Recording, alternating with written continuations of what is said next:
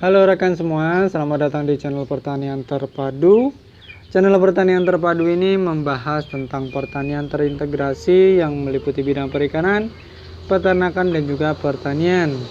Bagi rekan-rekan semua yang belum bergabung dengan channel ini, jangan lupa dukungannya dengan like, comment, share, dan juga subscribe channel Pertanian Terpadu. Nah, subscribe itu gratis dan masih banyak sekali yang belum subscribe channel ini ya.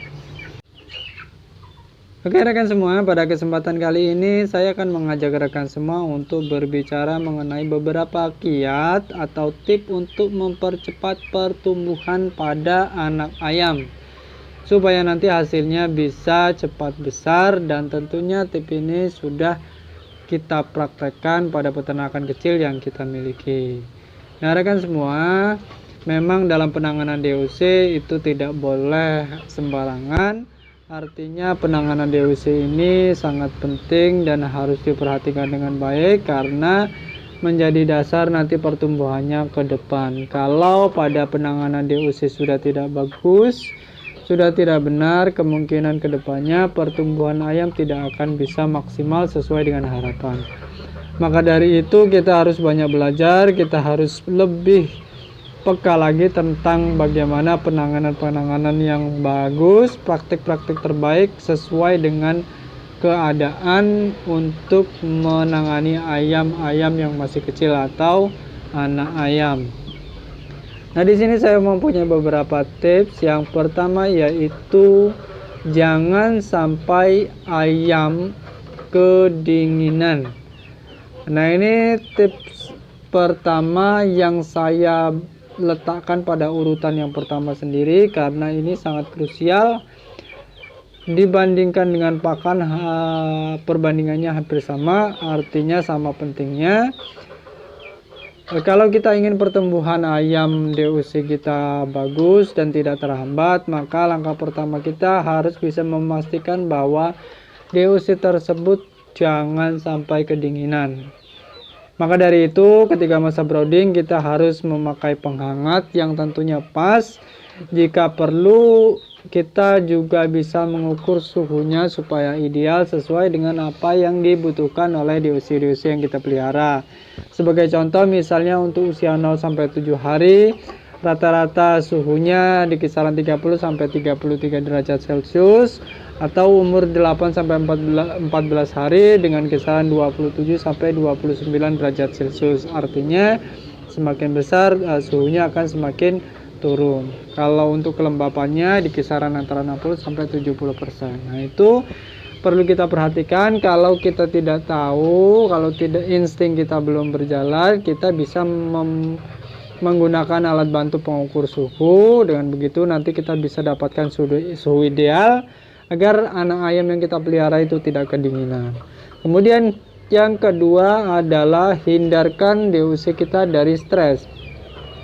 Kenapa ini pada urutan kedua? Karena stres ini akan mempengaruhi dengan nafsu makan ayam. Anak ayam kalau sudah stres biasanya nafsu makannya akan menurun. Dengan nafsu makan yang menurun tentunya asupan gizinya bisa menurun, kemudian imunitasnya atau kekebalan tubuhnya pun bisa terganggu, yang pada akhirnya akan mempengaruhi pertumbuhan pada DOC tersebut. Maka dari itu, selain kondisi yang hangat ideal, kita harus juga memperhatikan gangguan-gangguan yang bisa menyebabkan stres. Misalnya suara-suara berisik atau kaget seperti itu ya. Kemudian aktivitas yang sering dipindahkan, ada banyak gangguan, bersih-bersih juga itu gangguan, dan seterusnya. Itu harus bisa dikondisikan dengan baik. Kemudian yang ketiga yaitu pakan yang cukup. Pakan yang cukup ini dalam artian dari sisi jumlah maupun kualitasnya. Jadi kita memberikan pakan dengan jumlah yang pas, kemudian gizi atau kandungan yang sesuai juga dengan apa yang dibutuhkan oleh anak ayam yang usia tersebut atau usia DOC. Kalau paling mudah caranya yaitu dengan memakai pakan pabrikan atau pakan pur yang khusus untuk starter antara usia 0 sampai 14 hari. Itu paling mudah kita pakai pakan itu aja. Jangan nanya merek, jangan nanya pokoknya brand itu silakan. Basing yang penting kriterianya adalah untuk starter 0 sampai 14 hari.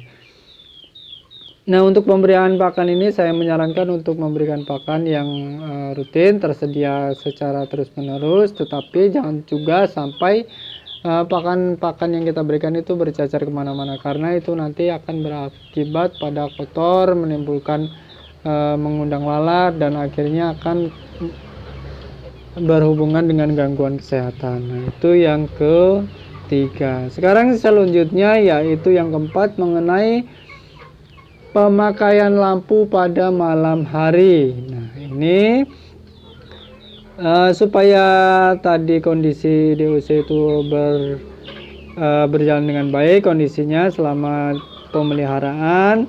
Nah, untuk lebih memaksimalkan dalam hal pertumbuhan, kita bisa memakai lampu pada saat malam hari. Tujuannya agar ayam bisa tetap makan pada malam hari. Jika lapar dia bisa makan, kemudian tidur, makan, tidur, seperti itu. Untuk lebih jelas cara penggunaan lampu ini, kita sudah membahasnya pada video sebelumnya. Jadi rekan-rekan semua yang ingin lebih jelas, untuk rekan-rekan semua yang ingin lebih jelas mengenai tata cara atau aturan bagaimana praktek terbaik menggunakan lampu pada saat masa brooding, silakan simak video pada playlist yang akan saya tampilkan di deskripsi ya, untuk rekan-rekan semua, atau rekan semua bisa mencarinya sendiri di bagian playlist. Kemudian yang berikutnya yaitu mengenai pemberian vitamin atau nutrisi tambahan. Dalam hal ini, jika kita memakai vitamin atau obat-obatan tertentu untuk ayam, itu jangan lupa untuk memperhatikan dosis pemberiannya. Bahkan meskipun itu kita menggunakan vitamin, misalnya Vitacik misalnya, agar lebih aman sebaiknya diperhatikan benar bagaimana dosis pemakaiannya sehingga tidak berlebih. Ingat, apapun itu kalau berlebih juga hasilnya tidak baik. Saya sendiri pernah mengalami, bukan hanya pernah, beberapa kali, berkali-kali bahkan mengalami pada awal-awal masa dulu, penggunaan vitamin justru pada akhirnya menyebabkan ayam-ayam saya sering bermasalah, dan pada akhirnya dengan banyak pertimbangan saya stop. Sampai sekarang peternakan saya bebas masalah seperti itu. Nah, itulah tadi rekan-rekan semua beberapa kiat yang bisa saya berikan untuk rekan-rekan semua dalam mempercepat pertumbuhan anak ayam agar cepat besar. Nah, mudah-mudahan dengan memperhatikan beberapa hal yang sudah saya sebutkan tadi, dengan mempraktekkan beberapa hal yang sudah saya uraikan sebelumnya tadi, pertumbuhan ayam yang kita pelihara bisa maksimal, dan tentunya pada akhirnya hasilnya juga bisa memuaskan. Selama ini yang saya praktekkan untuk mempercepat dan memaksimalkan pertumbuhan DOC, saya melakukan praktek-praktek yang saya sebutkan tadi, hasilnya tidaklah mengecewakan. Nah, bagi rekan-rekan semua, tentunya ini hanya sekedar informasi yang mudah-mudahan bisa menjadi rujukan sebagai dasar pemikiran untuk kita semua. Rekan-rekan semua bisa menentukan takaran tersendiri, bisa menggunakan rumus tersendiri. Yang terpenting adalah prinsip-prinsip yang kita gunakan agar pertumbuhan DOC yang kita pelihara bisa terus maksimal. Oke, itu saja yang bisa saya sampaikan pada kesempatan kali ini. Terima kasih, sampai bertemu pada video-video saya selanjutnya.